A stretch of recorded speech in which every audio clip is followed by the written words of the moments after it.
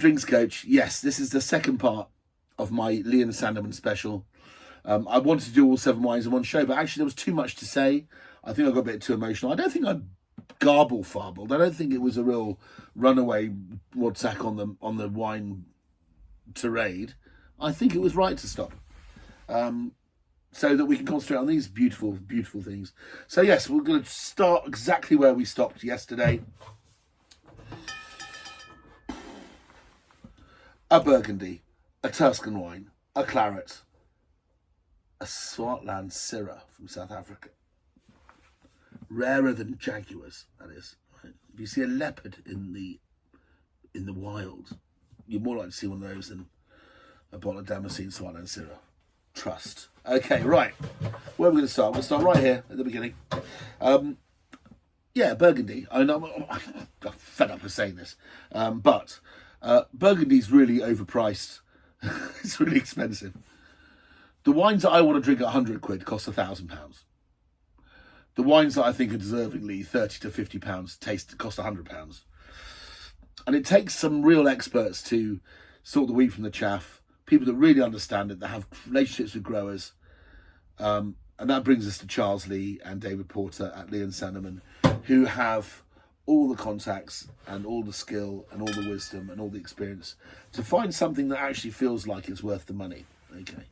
So, look, vintage Burgundy can cost, like a supermarket Merceau this Christmas is £20, and I wouldn't have drunk that when it was £12.99, if I'm really honest with you, in most cases. But maybe they just have to pull their socks up. And actually, I've seen a very definite increase in quality and improvements in slightly slacker producers. Now they've realised that they have to justify these really ridiculous price tags in most cases. So this is a wine made from an estate called Domaine Remy. It's 2020, which was a very warm year. If I compare it to the Beaujolais, I love 2020 Beaujolais. But also those vintages of those wines which are high in acid, that are quite pale and fragrant, such as Barolo and Barbaresco in the north of Italy, and indeed also even Chianti in the centre of Italy.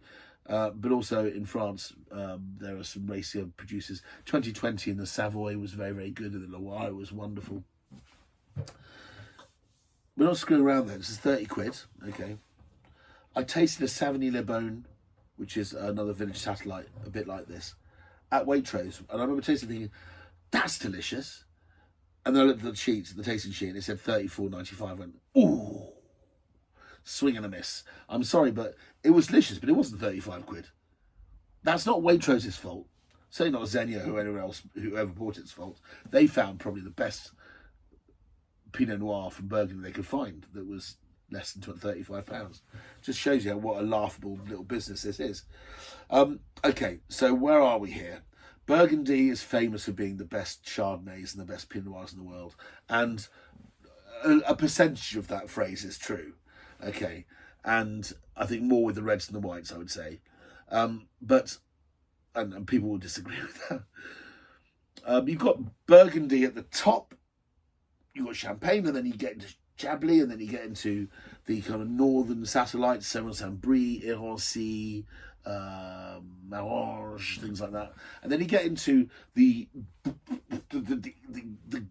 absolute gold standard fine Pinot Noir wines of the world. You've got Romanée Conti, and you've got Roumier, and you've got Ligier Belair, and you've got these people. And that's in a place called the Côte de Nuit, the night coast, okay?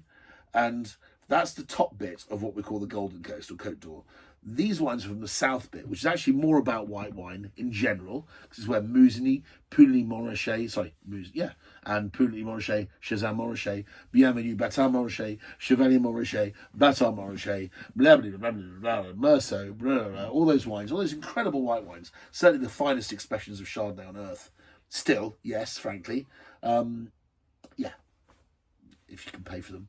They come from around a little village called Beaune.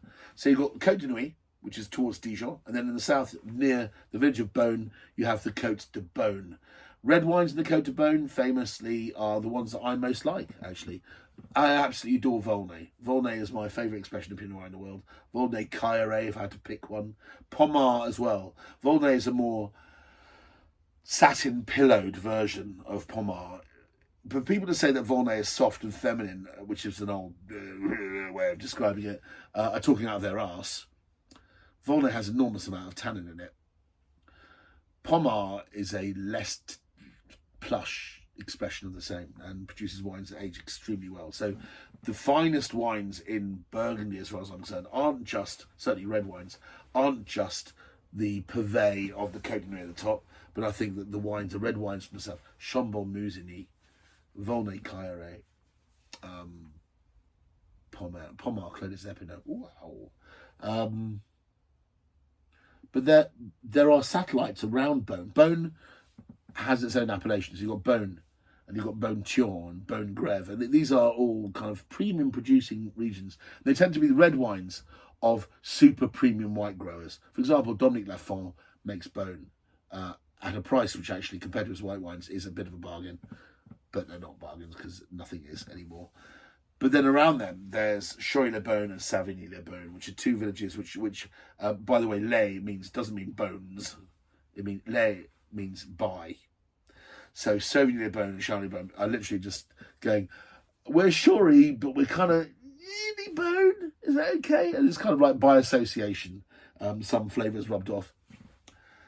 There's a very famous reaction in cooking when you cook barbecue, you cook biscuits. When that thing changes, when the complex chemicals and amino acids turn to something which gives you that caramel and savoury and umami, we call that the Maillard reaction. And there is an estate in Chorley-les-Beaune called Domaine Maillard, run by a cantankerous old goat who makes incredible wine. I love his wine, and he's the mayor of the town. That's how I was introduced to Chorley-les-Beaune, and I was selling one from Waitrose for $9.99. Which doesn't speak on how expensive Chorley-les-Beaune is now. More, it speaks about how old and how curmudgeonly gittish I've become over the years. But here we are with a Chorley-les-Beaune from 2020, from a Gued producer, from a lieu-dit, an area which has got a name called Les Beaumonts. And I've been told this is a lively little number. I've been told this is really, really quite delicious wine. So this is the first non-generic Burgundy I've tasted this Christmas. The colour's wonderful. That is the colour of Pinot Noir. Even just looking at it, you can see there's a vibrant ruby red to it. Burgundy is never that dark in colour, not really. Whoa. Well done, Mr. Lee, or Mr. Porter, whoever found this one.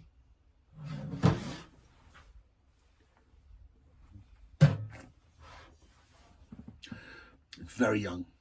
Oh, wow. It's just like, it's full of sour cherry, a hint of floral damson. There's a wonderful nutty yeast complexity to it. There's a lovely, not so much cedar, almost like an elm, like soft wood flavour to it somehow. Like soft wood, it smells kind of like vegetal almost. This wine could well do with an hour in that decanter over there before I crack on that anymore. But this wine is tight, young, youthful, 3 years in, but still showing an amazing amount of kind of adolescent vigour. So if you want to buy a bottle of wine for somebody for £30, you know they like Burgundy, and you want a wine that I'm quite sure will taste stunning in 10 years' time, Chorley-les-Beaune. I wouldn't have thought I would have said that before, but yes, absolutely wonderful wine. I mean, it's just the thing. It's the real thing. This is Burgundy under £30. So yes, thank you very much. And of course, this is the reason why I'm recommending this, because it is what it is, and it's worth 30 quid of anybody's money if they like this sort of thing. If you don't, buy something else. We've got plenty of choice here. I think I've dribbled there. Okay, right. Lovely. What a great start. That has vigored me enormously. Okay, right. Next one. Oh, Signor Bucci. This is Collemattoni. It's a very small estate. I think it's about 7 hectares. It's about 12 acres. Rosso di Montalcino. So he worked for the old Dame Fulini. Fellini. All right, look. This all sounds like Klingon to some of you. So let's start right at the beginning again. This is a wine called Rosso di Montalcino, and Rosso di Montalcino is the young version of a wine called Brunello di Montalcino. And Montalcino itself is a hill, and this comes from the south side of that hill, from the estate down there. And these are what we describe as, I suppose, super Tuscan wines. Tuscany is famous for some things. There's a region near the sea called Bulgari that makes great varieties that we all are very familiar with, like Cabernet, Syrah, Merlot. And some of them go for absolute telephone numbers. But some of them absolutely justify it. The best vintages of Sassicaia are almost certainly, without doubt, some of the best single Cabernet, pure Cabernet Sauvignons ever made. And I acquiesce to that.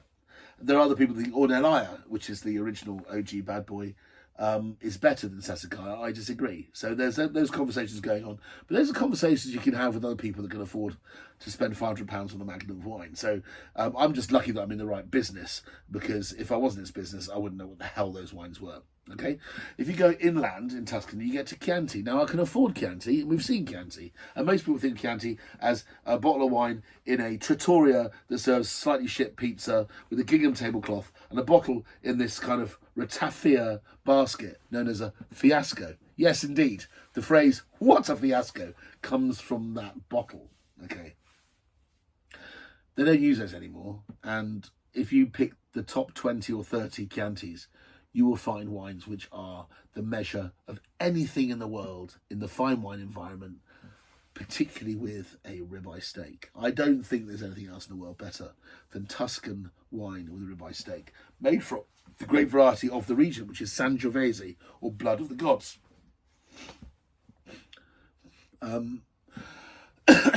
You have Chianti Classico, you have Chianti Classico Reserva, you have Chianti Classico Selezione, Gran Selezione. But you also have these hills in the middle. There's one called Vino Nobile di Montepulciano, and there's one called Brunello di Montalcino.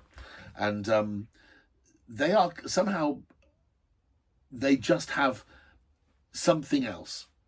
And it's not a something else because they're made from a similar variety. They're either made from a Sangiovese Grosso or Prugnolo or Sangiovese. There's all sorts of different clones of Sangiovese. But somehow Brunello doesn't taste like Chianti Classico. And if it's made in a traditional way, you have to keep it for 20 years before you can drink it anyway.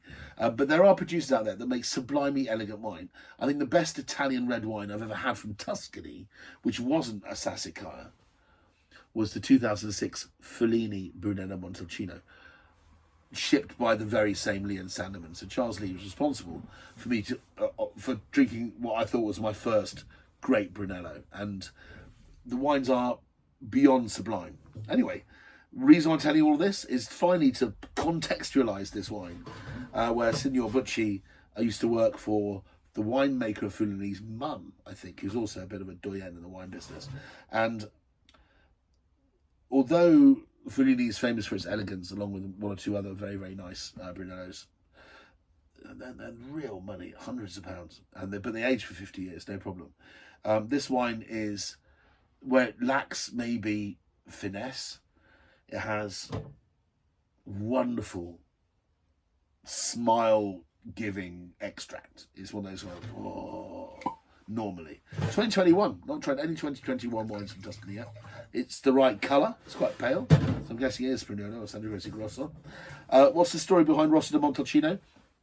Barolo and Barbaresco have Langhe Nebbiolo and Nebbiolo d'Alba, which are denominazione, kind of, they're monikers which allow you to sell a Barolo or a Barbaresco a couple of years before they're legally allowed to be called Brunello Barbaresco, because they haven't spent enough time conditioning in oak.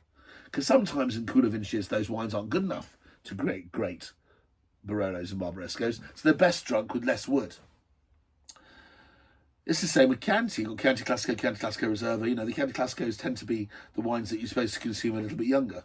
And instead of Brunello Montalcino, if you want to buy a wine that hasn't had the prerequisite 3 to 5 years aging, but you want to drink it relatively young, you buy Rosso di Montalcino. But you still get a snapshot of the explosive power that Montalcino often has. It's sometimes mouth puckering. always very expressive because there's less wood. You see the crenellations, the mannerism in the wine more. And here's a bottle of wine which looks like Chianti in every way. I said it puts a smile on your face. Oh God, that was completely unscripted. It's got this beautiful smell of, what is it? I always struggle to find the right fruit for Chianti, but cherries definitely. Marasca cherries, those sour cherries, which they then put in syrup and call them maraschino. But it doesn't smell of almonds, it smells of fruit.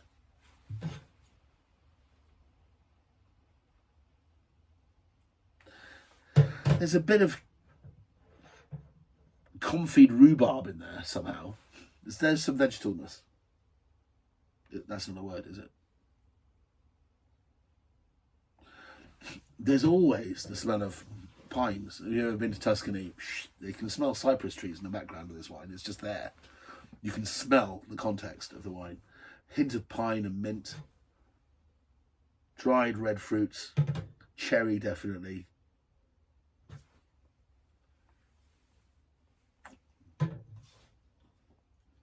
Wow.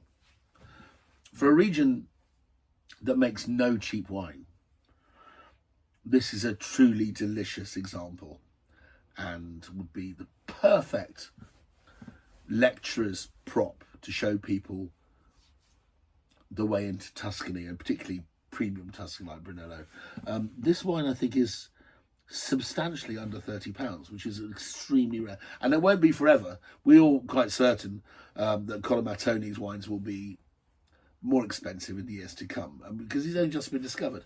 Rosso Montalcino, Collemattoni, £22.50. If you buy this in a case of wine, I think it's about 20 odd quid. That, it's very easy to lull myself into thinking, oh, 20 quid, that's not a lot of money. It's still a lot of money. But you know what? If £20 is all you can afford, this wine would blow anyone that you know who likes wine away as a gift. This is a perfect gift. If you're a teenager, a student, and you're watching this and you're learning about wine, and your mum or dad likes wine, buy them that for Christmas. Absolutely flipping fantastic. Great with a steak, great with a burger. If you all like burgers, go out and get some smash burgers and just drink that with it out of a polystyrene cup. Who gives a shit? That's so cheered me up, that wine. Wonderful, wonderful wine. So we've got this vibrant, intense, young, petulant Burgundy, which is, I think I'd probably keep that for 2 more years. This wine, which just gives such unbridled joy already, it'll be difficult to keep my hands off it. Wow, so we now go into the big hitters. There's 2 wines here which I've been kind of always nervous to try. This one, L'Étoile. Not many wines are called the something in Burgundy. In Bordeaux. There's Le Pin, isn't there? Which is one of the most famous Pomerols of all.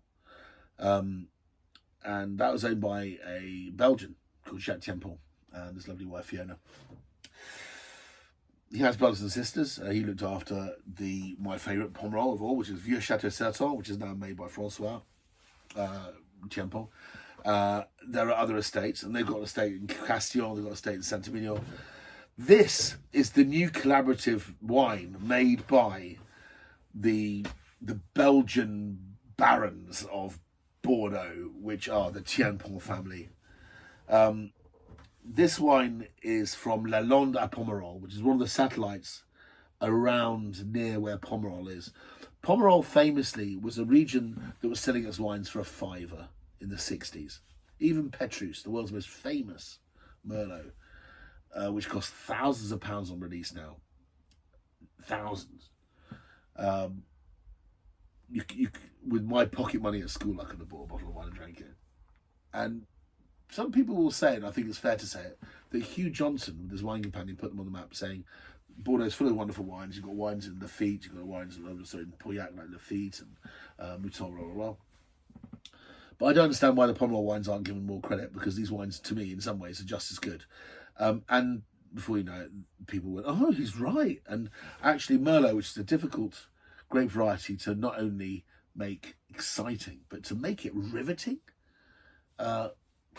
takes a lot. And it needs to be exactly the right isotherm, the right amount of sunshine days now. It has to have the right amount of water at the right times. It has to be in the right soil. now you're talking the expertise of the Chiempont family, because Vieux Chateau Certain, Le Pin are wines which are between £500 and £1,000 a pop. This wine is his to nephew and cousin, I think it is, from 2018. Very complicated vintage, actually, in the right bite of Bordeaux. 2018 isn't a wine that I would buy without seeing it first. It's not a vintage to drink unseen.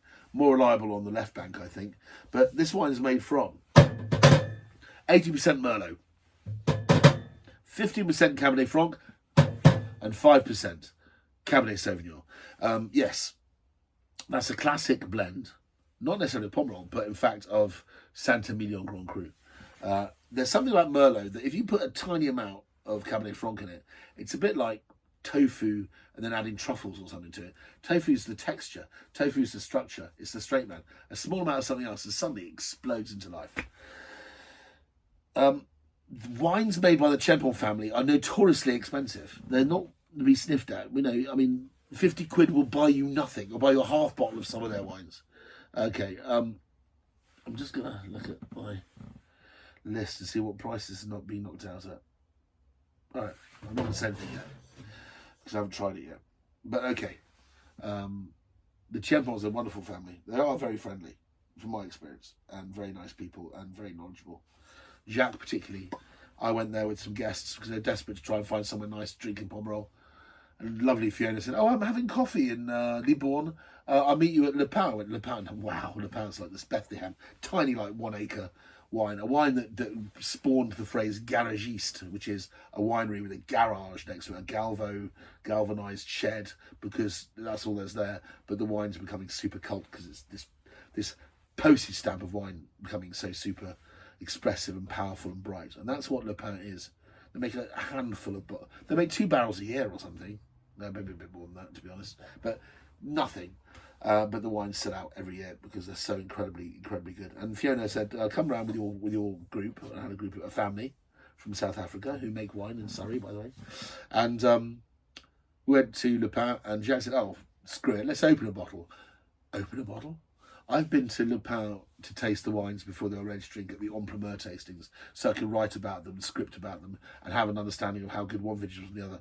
But had I ever seen an actual bottle of Le Pin, have the cork pulled out of it, and everyone with glasses going, glug, glug, glug, glug, glug, glug, "Oh, you haven't had enough yet," glug, glug, and have a full glass of 2008, not the world's greatest vintage, but not bad either, Le Pin, it made people cry. Grown men cry. I'm not joking. We were there and there were tears in our eyes. So thank you, Jacques Chiempont. But more importantly, thank you, Caroline Turner, and thank you, Charles Lee, for sending me this bottle, because the amount of anticipation in this bottle, I can't describe it. So this has got about as much credibility as a wine could have. It's got as much Bordeaux chops as any of the great Bordeaux's in existence. But this is a brand new estate. So we're getting this wine at a price before people are fully ready to commit. And I've recently, as I got older, found a love for Merlot. It does nothing.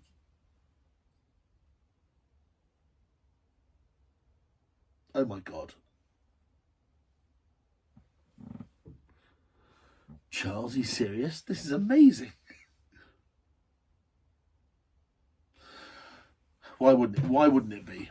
Why wouldn't it be? That wine smells of a fresh, uncorked Cohiba Esplendidos cigar.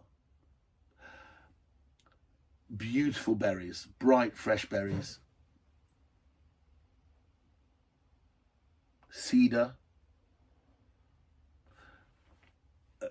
A dollop of a vanilla pod in there.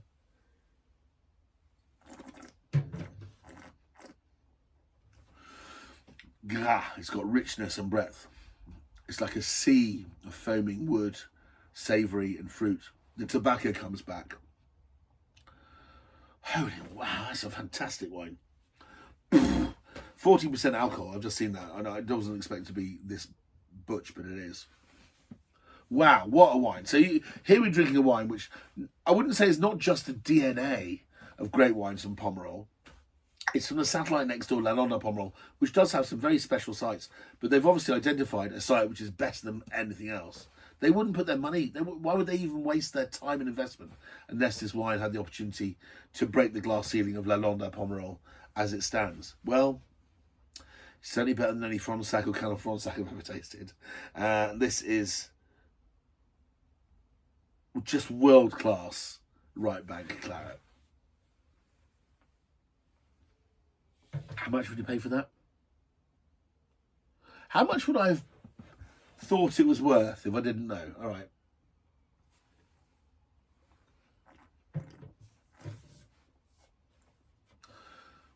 Conservatively, I'd say that was worth about 50 or 60 quid. But it's 35.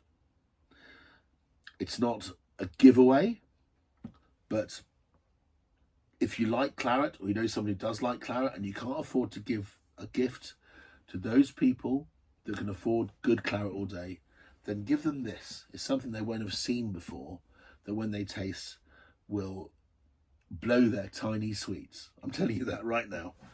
What a wine. It's now, what, 5 years old? It's already starting to drink quite deliciously, but I want to keep it for another 3 or 4 years. Wow. Okay. Wow. Okay. So can we beat that? Is that as good as it gets? Because I kind of feel like I want to finish the show right there, because that wine is amazing. I've had Bordeaux wines that cost £100 that were nowhere near as delicious as that. Okay. So well done, Lee and Sandeman. Incredible claret. I could see they were excited about showing this to me. So here we've got Damascene. Now, I don't know Damascene. This is bottle 1965 of 2,500 bottles, so it's a very small amount. And as you saw, the Chenin Blanc that we had in yesterday's show, which comes from the Swartland, incredible old, incredibly expressive soils, incredibly old vines. I know they make 3 or 4 different wines, and people have their preference of which one they want to drink. But there's a Damascene Syrah from Swartland, there's a Damascene Syrah from Stellenbosch, which, by the way, their model, what they were trying to aim at, what they were trying to create, was a very famous wine in South African wine history. Latterly, 3 years after apartheid finished, a guy called Mark Kent released a bottle of Buchenhutskloof Syrah 1997, made in what is now a car park in Somerset West. I made a wine that was so brilliant, and people said, "Oh my God, this is what South Africa is going to be remembered for in the future. This is a instant modern classic." Anyway, shamefully, the vineyard's being ripped up. They're building a factory and a car park on it. He then went into the upper echelons and corner of a very famous region just away from Stellenbosch called Franschhoek, and then planted some very young vines, some very spindly little vines of Syrah. And over the years, those vines have got better and better, and Buchenhutskloof Syrah has continued its meteoric rise in reputation and quality. But people always remember the 97. I remember drinking a bottle of 1997 Buchenhutskloof Syrah at home, which cost me £9 for my supply, which was Raj Sony, and we had it with a squid and garlic pizza because there was nothing else to eat. And I remember thinking, "Oh, this wine's good."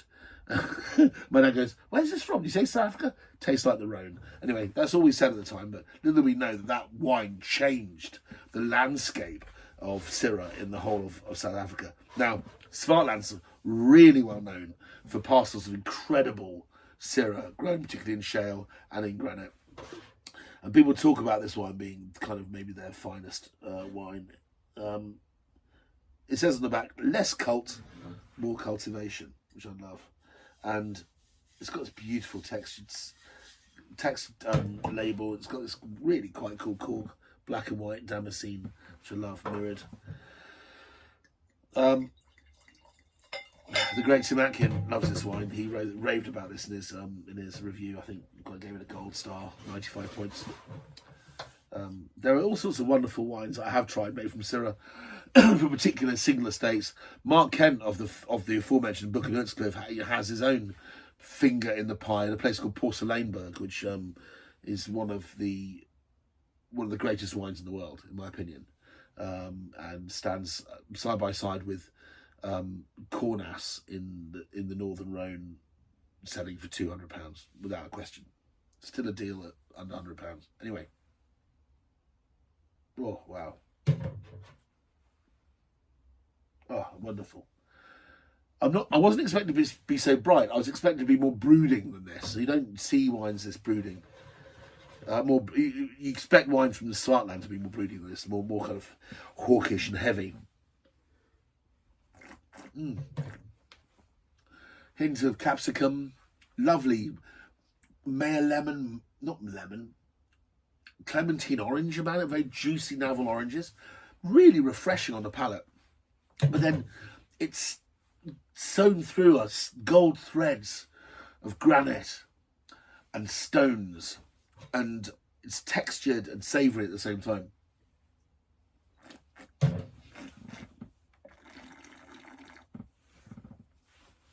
This is £33.95. So these last two wines are both at a pinch 35 quid. This one's 30. This one's 22. They are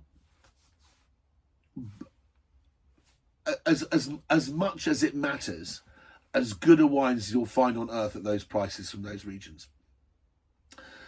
It's been an absolute joy the last two shows tasting wines from Lee and Sandeman. I've had my head down doing other work, and I really have missed doing all the tastings that I do get to do on this channel. And I hope these wines aren't too boring and I haven't looked too gloaty. But look, if you believe in what I say and you've tried wines that I've recommended before and gone, oh, wow, that's good, then this is what dreams are made of, guys. Chorley-les-Beaune, 30 quid. Monsieur Bocci's Collemattoni, Rosso and Montalcino. That's a bargain, but you're only £10 away from these guys. L'Etoile, best value premium claret I've drunk all year, and then this wine. Got to go to Sweden at 4 in the morning. I might just drink that until I get a taxi. I don't know what is next. I don't care. I'm having the time of my life. See you next time. Okay, poo-poo.